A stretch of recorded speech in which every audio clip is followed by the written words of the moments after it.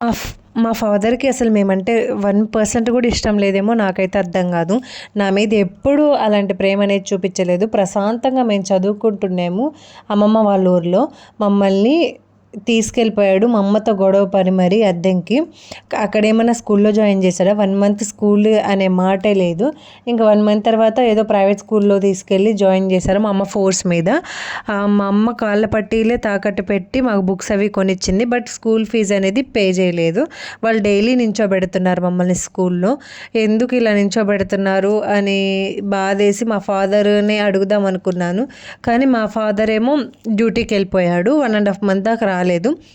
1½ month తర్వాత మా ఇంటికి రాకుండా మా నానమ్మ వాళ్ళ ఇంటికెళ్ళిపోయారు. అక్కడ ఉన్నారని తెలిసి ఫాస్ట్‌గా నేను, మా అక్క పరిగెత్తుకుంటూ వెళ్ళి స్కూల్ ఫీజు అడిగాము.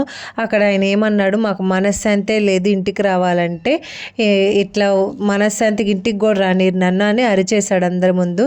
ఇక మా అక్క నేను ఏడ్చుకుంటా మా ఇంటికి వెళ్ళిపోయాం.